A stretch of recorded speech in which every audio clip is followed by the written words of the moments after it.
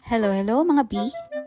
Para doon sa mga hindi alam kung paano gamitin ito, ngayon ang chance Mang Mare.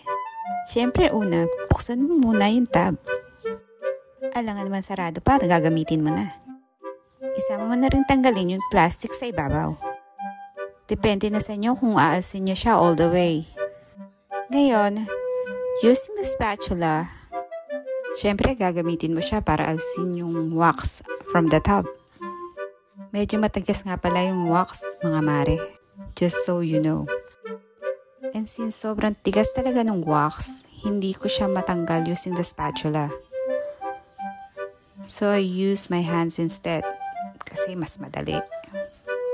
Though hindi naman talaga ganun kadali kasi talagang matigas siya and sticky. It's better to use your hand like what I did. After nyo matanggal yung wax from the tub, all you have to do is to knead it.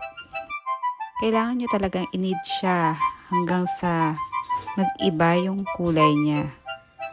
Mga approximately 2 to 3 minutes. I know medyo matagal and talagang kailangan. Make sure din na tuyo yung kamay nyo or else hindi siya didikit. Tiis ganda na lang kumbaga.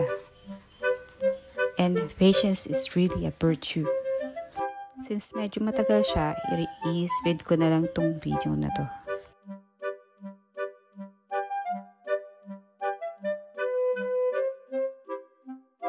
And to visualize kung gaano ka-light yung wax, here it is.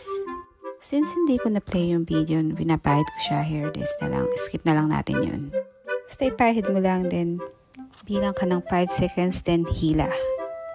Make sure na hindi against the tubo ng balahibo mo yung paghila mo para hindi magka-ingrown hair once na tumubo ulit yung balahibo mo.